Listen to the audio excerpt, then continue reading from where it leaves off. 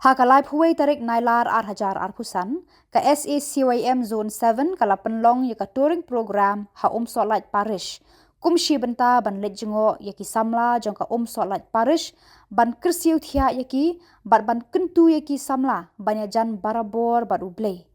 da ka bapuson ya ka ketien jong ublei na ka kitab jong kohlet kala nong ka bakhat dekot ka baningkong Tuken mau yala unong thau haki sngi ka jinglong samla jong pi katba 4 poi ki sngi ki basniu. Hakapor men step la sedang da ka praise and worship bat ka jingsam ka ketien ublei na usamla Roberts imli.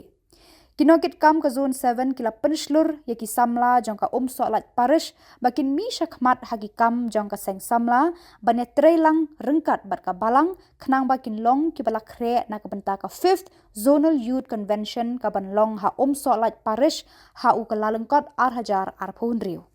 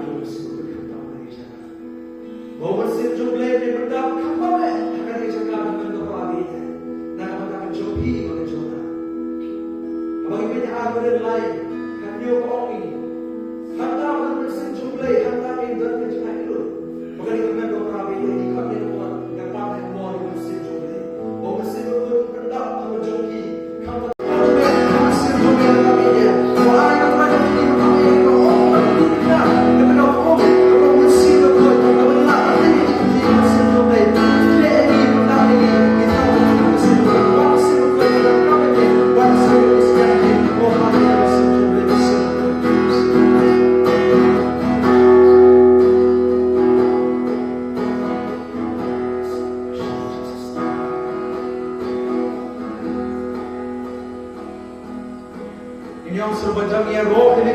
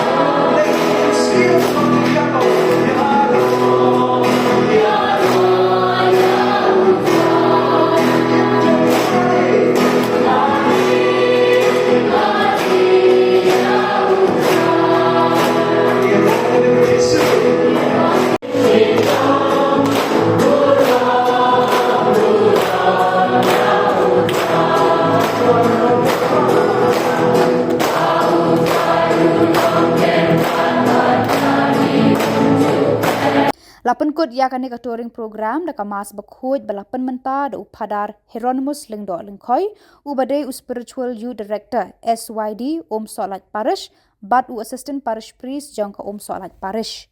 Upadar Hieronymus ulakan tu iki khon samla bakin long kanuksa kababha bat ka jingshai nak benta ki weipat ki para samla.